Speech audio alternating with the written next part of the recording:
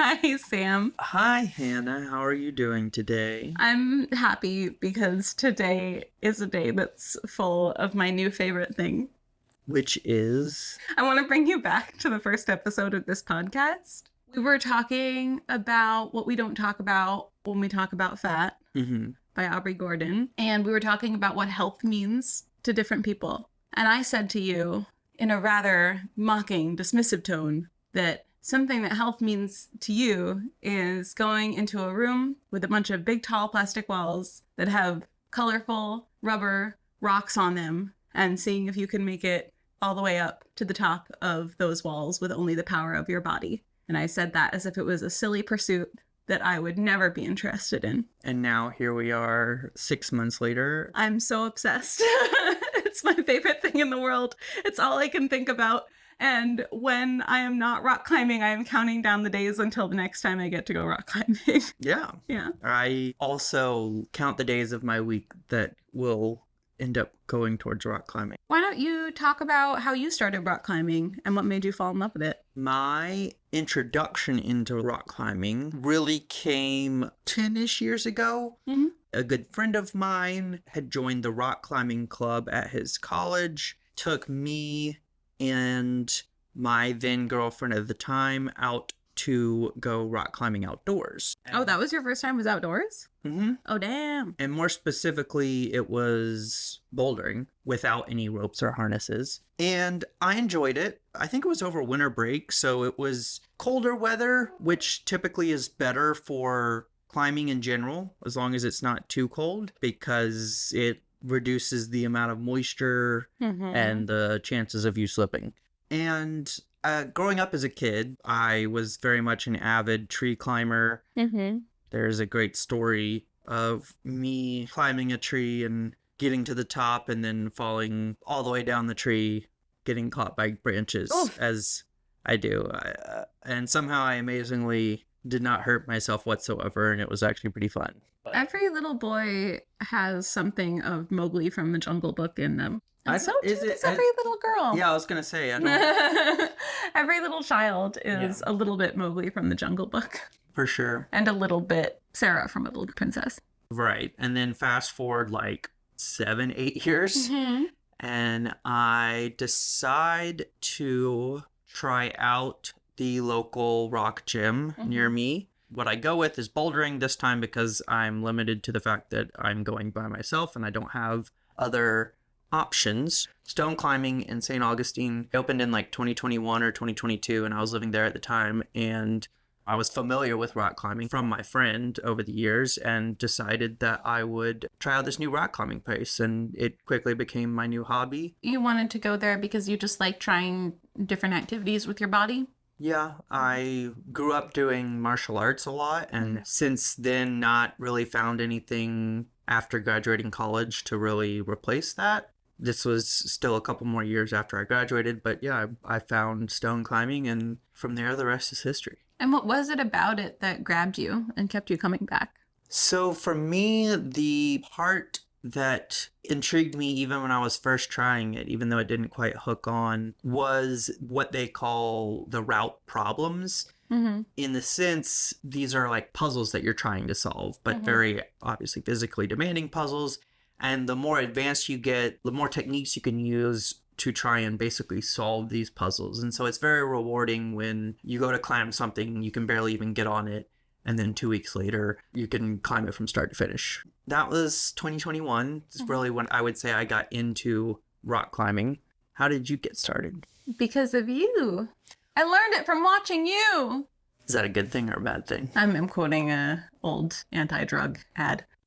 So we started dating and we wanted to introduce each other to our hobbies. And I knew that you really liked rock climbing. And I was like, I don't know, that seems like a silly, weird thing to do. It smells like feet in there. And I think a big part that was underlying my reluctance that I said to you at the time was that's not for disabled people to do. That's something for non-disabled people to enjoy. And if I were to do it, I would simply not be very good at it. And that's embarrassing. But you still were willing to give it the old college try. Yeah, I will try whatever. I feel like something happened to me between my early 20s and my mid 30s that now I am much more willing to give any kind of physical activity a shot. Whereas in the past, I was much more self-conscious. And there is a touch of this that did get to me when I first started rock climbing with you, which is I have some paralysis in my left arm. And so my thumb on my left arm has very little range of motion. It's not really an opposable thumb. My wrist always is bent at an angle. My elbow does not straighten. And my arm does not extend all the way above my head. It extends almost to shoulder level, my arm does. And so my hand will make it up to like the same height as my head. My arm also doesn't go behind my back. And it's just physically less strong than my right arm because many of the muscles are atrophied. And this happened due to a birth injury. It's called Erb's palsy. So a lot of physical activities, when I do them, I either look different doing them, like with dance, or I have to figure out how they will work for me. Like with yoga, I remember it took me a while to figure out that I can do most of a typical yoga flow by putting weight on my forearms instead of my hands, because my left hand does not go flat to the floor and my left arm does not extend far in front of me. When I'm learning a new physical activity, I'm having to do two things at the same time.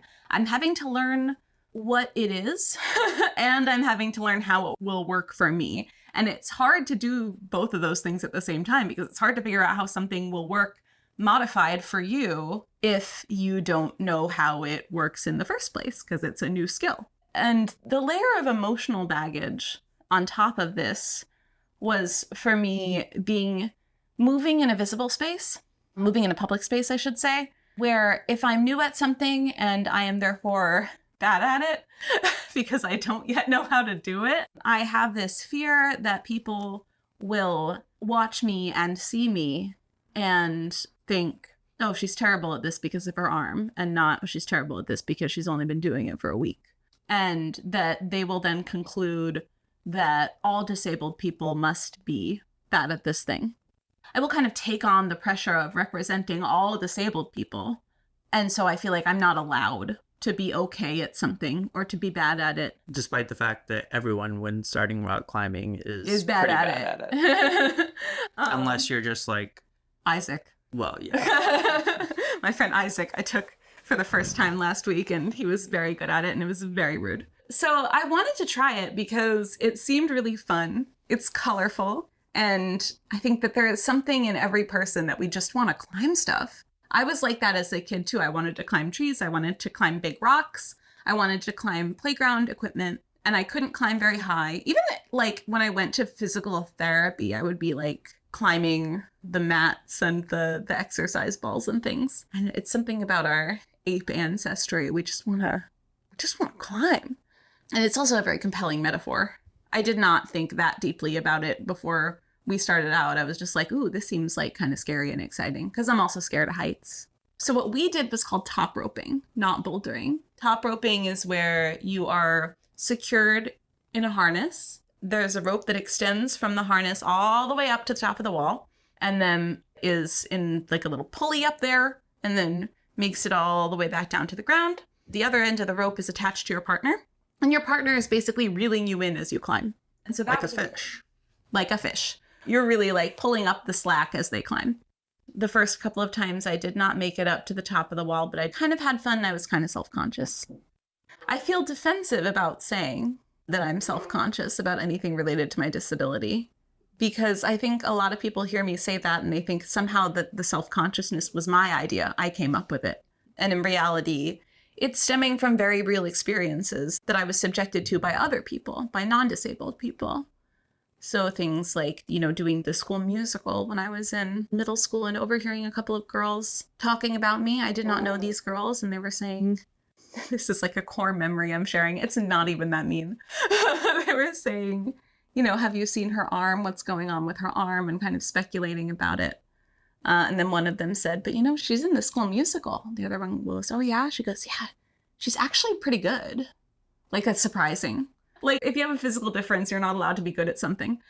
And if you are, it's a surprise. a lifetime of experiences like that add up to this self-consciousness and this extra pressure. I was watching non-disabled people at the gym make it all the way up to the top of route their first day, and it was my second and third day, and I still hadn't made it. And I think at that point I was kind of like, I don't think this is going to be the thing for me. But then you found a flyer. Mm-hmm. I found a flyer for a group called Cliffhangers. Yeah. And told you about it. And they met up about once a week in various places throughout New York. Mm-hmm. I've gone to Queens, and I know they also are like getting set up at a gym in Brooklyn. And the Cliffhangers is a group for adaptive climbers.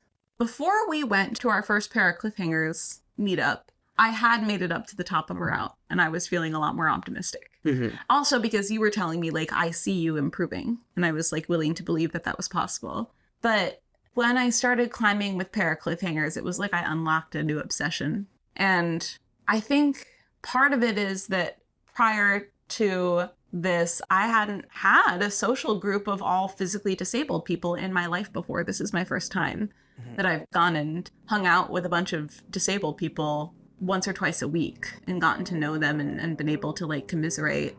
And it's not just about being with people who get it. It's about like, I'm there, I'm in my first 6 months of climbing, I'm in my first year of climbing, I'm climbing routes that are lower graded, below the intermediate level, beginner level, right?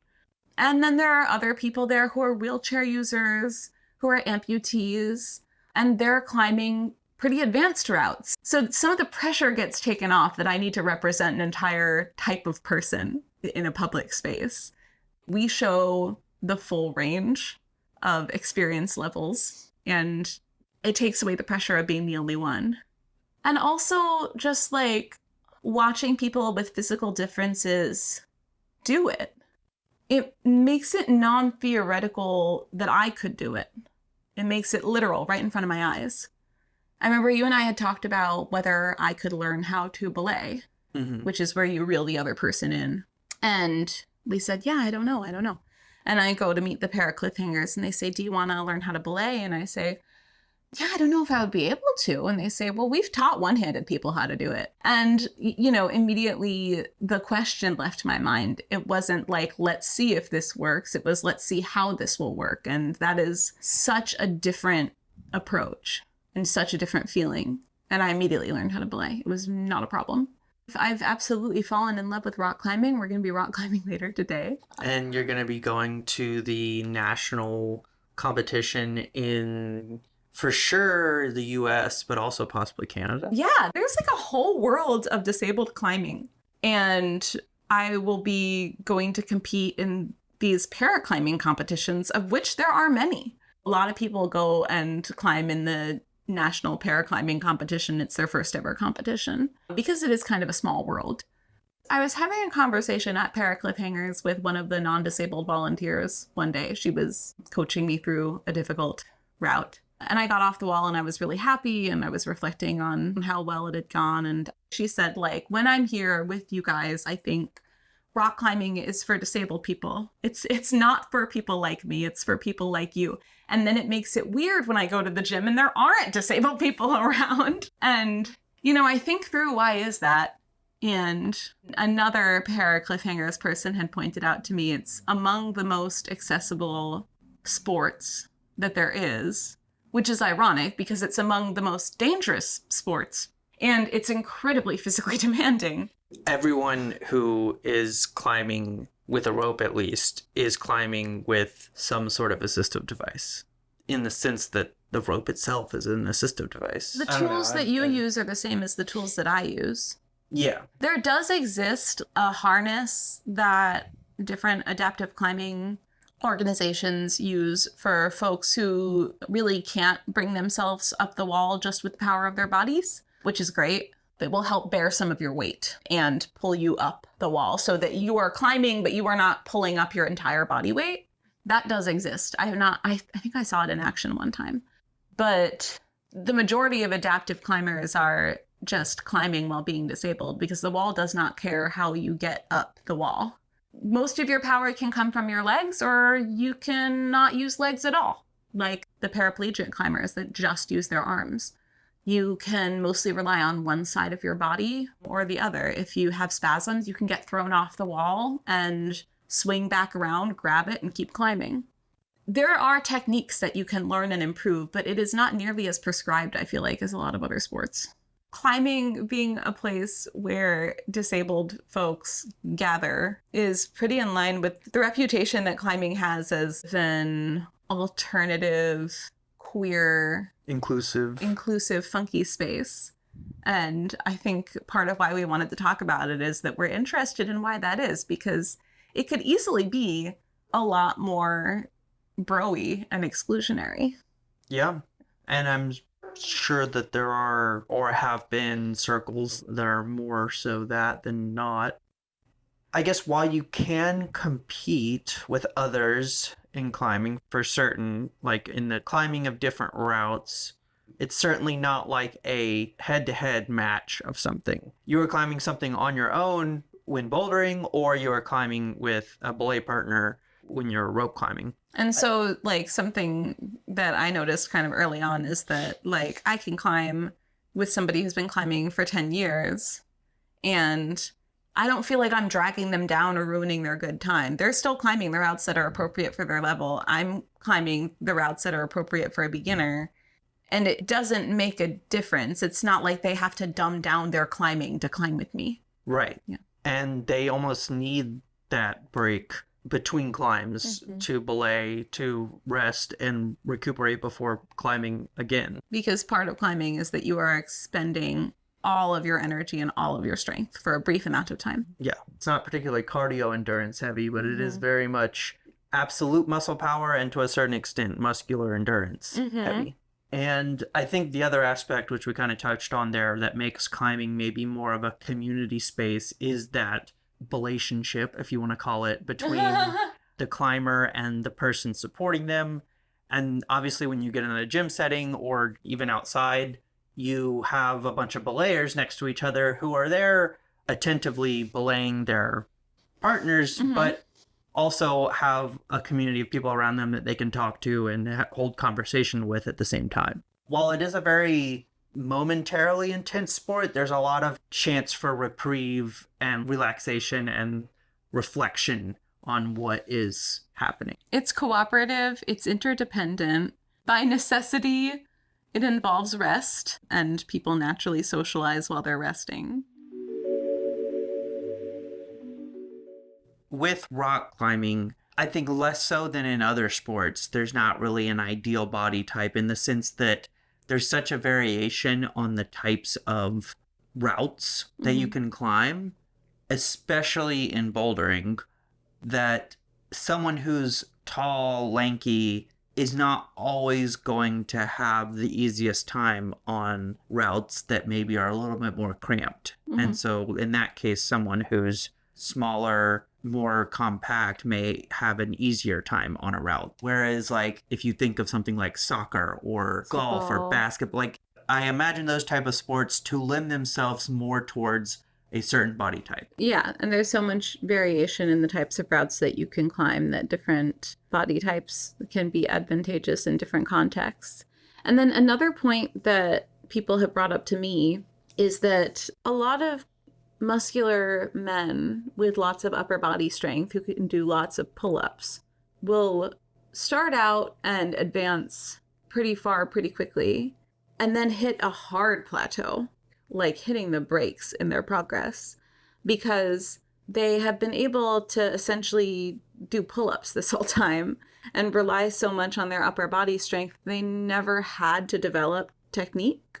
Whereas if you're shorter, if you're disabled, if you have more body fat and or less dense muscle, I guess, when you first start, you have to learn how to climb efficiently and strategically from the jump, or else you won't even be able to climb even the easiest routes. And so, I don't know, maybe this was kind of a pep talk that I was getting, but I do feel my technique coming along, even though I'm only climbing beginner level routes, in a way that, like, you know, a friend of mine who I brought, who is a tall man with lots of upper body strength, was climbing much more difficult routes than I was right away, but he even told me afterwards, just completely relying on his biceps. That option is not available to me.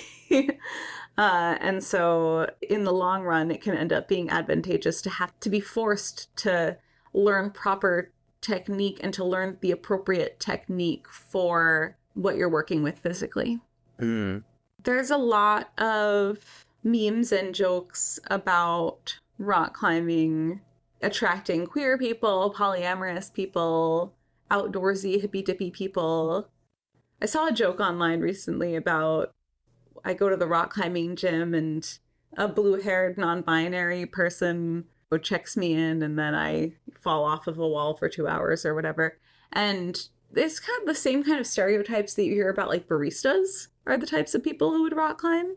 And it's so different from what I think of stereotypically and online as being the type of person who is attracted to other types of fitness activities like CrossFit or weightlifting. Those types of interests tend to be so bro-y, they will actually kind of send you down an alt-right pipeline if you start seeking out content about them online. Yeah. Whereas with rock climbing, you have this reputation as being very queer, very neurodivergent, very like left-wing. Why is that? I think maybe it could have its roots, and this is all just speculation, in the beginnings of rock climbing, where kind of be a certain kind of personality to want to go out into the woods, find a rock wall, and decide that you're going to climb it, figure out how to climb it, and at the end, your reward is that you climbed it. It's not really there's no social validation. It's very dangerous. You have to rely on yourself or your partner who's there with you. So in that sense, it can be kind of an intimate activity between the two people, even just in terms of maybe bouldering or solo free climbing. There's almost a somewhat a level of obsession to it obsession is not the right word, because you can certainly find that in bro-y gym culture too, but hermitness. Yeah, there's a reclusiveness to it that I think lends itself to more queer personalities and more neurodivergent personalities. They're just like personalities that are unconcerned with social validation and investing time and energy and interest into socially sanctioned activities. Yes. So now that it is evolving, and it seems wildly popular to me now, there's new gyms popping up all over the place. I think I am one of many people who in the past couple of years has gotten really into it. Including myself. Do you worry about the culture changing? Have you heard other people worry about the culture changing? If anything, I see lots of affinity groups popping up, like Para Cliffhangers, Adaptive Climbing Group, and then there's like Asian climbers, queer climbers, women climbers, black climbers. Kinky climbers. Oh yeah, kinky climbers. I think because the roots of climbing were what they were, that it will retain its diversity of personalities and types of people and attraction to odd personalities. Yeah. I hope that like some of the structural things that we identified about it will carry the day in terms of defining like what kind of community it attracts. In terms of how you climb, the partner system, the belay system. Yeah. It being either a solitary or partnered activity, but not something that you need to be matched with people at the same appropriate level so that you can try to beat each other. Yeah, you have someone climbing a 5:12 route right next to a 5:6. Yeah. And both people are up there struggling together. Yeah, and they're going to fist bump when they get to the bottom. Yeah, the kind of the structural, I think, as you put it, nature of climbing lends itself towards that. The interaction that I had today up on that wall was so lovely and so affirming. Yeah, why don't you tell us about it? Among the easiest routes would be like a 5.5, and I am comfortably up to a 5.7. A 5.8 is like what's appropriate for me right now. I have like gone up to a 5.8 that I've never climbed and just climbed up to the top of it, but usually I fail a couple times before I comfortably climb a 5.8, so I was really working toward finishing a 5.9. Not all in one go, but just finishing it. And it was this 5.9 that I had attempted. I've probably attempted it like 4 or 5 times in the past. And it's a semi-normal kind of wide route until it gets up to these two really chunky holds. Luckily on the right, which is good because I can reach for them with my right hand. And then it goes right into a pretty dramatic overhang, and then it's pretty close to the top. I was like, I'm going to try it, and I'm not going to be able to finish it. And the person who was belaying me was like, yeah, that'll be tricky for you. And I start climbing, and I realize that somebody is climbing next to me a 5.11. So like 2 grades higher. I stop to let her get past because we don't want to be climbing so close that if one of us were to fall, we could hit the other. And she says, oh, you can go. And I say, no, this is going to take me a while. You go ahead. She goes, okay. So she goes ahead. Once she's a reasonable distance past, I start struggling up. As we were discussing when we were walking home, I do not know how I got past those big holds, but I did somehow. And I remember thinking, holy moly, I can't believe that just happened. I've never been able to get past those 2 big holds. And I start struggling over the overhang. And at this point, I have caught up with the person climbing the much more difficult route right next to me. And she starts encouraging me.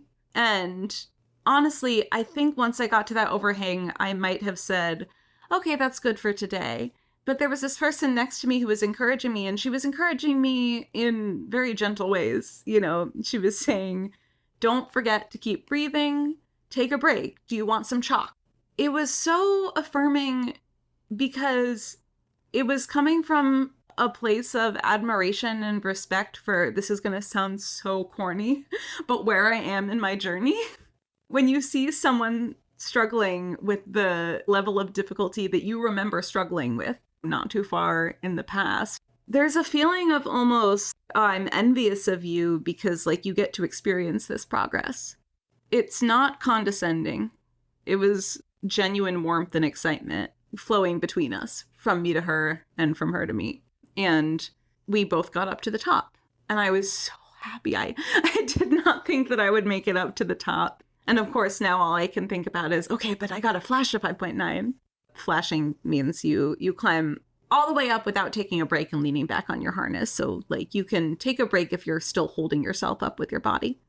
And it was just a really beautiful interaction to be coming from somebody who is such a more advanced climber than I am. That it wasn't like, you go, buddy. You're a very cute beginner, and it's really inspirational that you're doing this, even though you have a bum arm. It was more like, I see the grit, I see the progress that you're making, and I'm genuinely thrilled for you. I love having those types of personalities around. The thing that's coming to mind for how we can use what we discussed today to act more loving in society is to be that type of personality for other people. Yeah. Be genuinely excited. Yeah, I think there is a place where competition or competition has its place, but especially in American culture today, and been like this for a long time, there's not enough of that solidarity. You know, you and I were talking last weekend, I think, about how those two dynamics aren't mutually exclusive. Yeah. I was commenting on a friendship that you have with somebody who has like a lot of the same athletic hobbies as you. And I said, it seems like you guys are competitive with each other in like a really affectionate way that motivates each of you to work harder. Mm-hmm. That was a novel observation for me, you know? Yeah. You want to talk a little bit about that? Yeah. We've known each other just for over 20 years now. Mm-hmm. And it's very much at the level of having a close brother. And I think both of us being only children and also growing up doing martial arts, which very much in the opposite way of rock climbing is the most intense level of a head-to-head type competition where it's like not just are you trying to get the ball in the other person's basket, but you are trying to like beat the other person. But it was always done with so much respect. I am glad that we have the type of relationship where we can push each other. The two of us experience more of like a solidarity type of rivalry when we go to rock climbing because it's not that head to head. It's okay, you've climbed it. Now I want to climb it. And I've seen you climb it and I've seen how you do it. And I'm trying to make that work. But I mean, this literally happened just the other day. Like, I saw Spencer climb it. I knew the techniques that he used and I tried doing it that way and it didn't work. And so I had to figure out a way that worked for me that was similar. But seeing him climb it made me realize that while this seemed kind of impossible before, like, I can start to see where all these things link together. And so now I can start to piece it together myself. It's such a similar mechanism to be an adaptive climber. Because, like, when I watch somebody like you climb something, I have to rethink almost all of the left-handed reaches. If I'm watching you climb a route with left-handed reaches, you wouldn't climb very many routes in my grade in the first place, but if you did, I can emulate how you approached it in certain spots, and in other spots I have to rethink. But when I'm rethinking, a lot of the time I'm pulling from other things that I learned from you, like a high leg or a knee drop or crossing one arm in front of the other. That is a big thing that I got from you, that I turn left-handed reaches into right-handed reaches with by crossing my right hand in front of my left. It's the same mechanism that non-disabled people have to do, because we all have to adapt this activity to our own bodies. Mm-hmm. Not to say it's exactly the same. Yeah. It is different for me, but not really because of rock climbing, more because of cultural and emotional baggage, honestly. Mm-hmm. Somebody who volunteered with Para Cliffhangers once told me, like, this group is so inspiring, and I wanted to say, we're inspiring, you're inspiring. I'm watching you climb and I'm thinking someday I'm going to get that good, That's where competitiveness meets solidarity. Mm. When you watch someone be able to do something that you aspire to. Yeah. And instead of feeling resentful or jealous, you can instead feel, okay, then why not me, Mm-hmm. How are we going to use what we learned in this conversation to act in a more loving way in society? More queer solidarity. On the wall. And off the wall. And off the wall. Ooh. I just want to encourage you, if you think that this is not the sport for you because of the way that your body looks or functions, or something about who you are you think means that you don't deserve to be in a space like a rock climbing gym, ignore that voice. And I highly, highly encourage anybody to seek out an affinity group, because there's tons of them.